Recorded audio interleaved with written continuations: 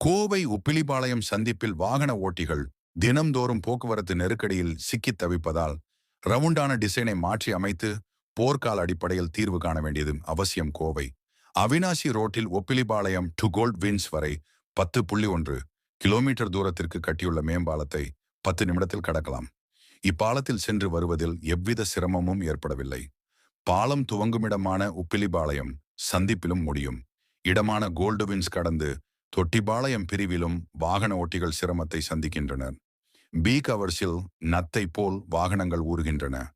மாநில நெடுஞ்சாலைத்துறையில் சாலை பாதுகாப்பு பிரிவில் கோட்ட பொறியாளராக பணியாற்றி ஓய்வு பெற்ற மனுநீதி இப்பிரச்சினைக்கு வழிகாட்ட தயாராக இருக்கிறார். அவர் கூறுகையில், அவினாசி ரோட்டில் 15 சிக்னல்கள் இருந்தன. அவற்றில் 14 சிக்னல் அகற்றப்பட்டு போக்குவரத்து பெருமைப்படுத்தப்பட்டது. உப்பிலிபாளையம் சந்திப்பு ரவுண்டானவை ஓவல் போல் வடிவமைக்க வேண்டும். சாலையின் அகலம் வாகன போக்குவரத்து ஏற்ப டிசைன் மாற்ற வேண்டும். ரவுண்டாக இருக்க வேண்டும் என்கிற அவசியமில்லை. ரோட்டின் ஒரு புறம் 14 மீட்டர் அகலம், மற்றொரு புறம் 8 மீட்டர் அகலம் இருக்கிறது. இருபுறமும் தலா 9 மீட்டர் இடம் இருந்தால் போதும். வாகனங்கள் கூட எளிதாக திரும்பிச் செல்லும்.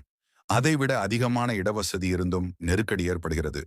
மீண்டும் கள ஆய்வு செய்து ரவுண்டானா டிசைனை மாற்றியமைத்தால் வாகனங்கள் தேங்காமல் செல்லும் எல்ஐசி சந்திப்பு வரை சென்று திரும்ப வேண்டியதில்லை. அரசு துறைகள் கேட்டுக்கொண்டால் உதவுவதற்கு நான் தயாராக இருக்கிறேன் என்று இந்த நெடுஞ்சாலை துறையில் வேலை செய்து ஓய்வு பெற்றவர் கூறுகிறார்.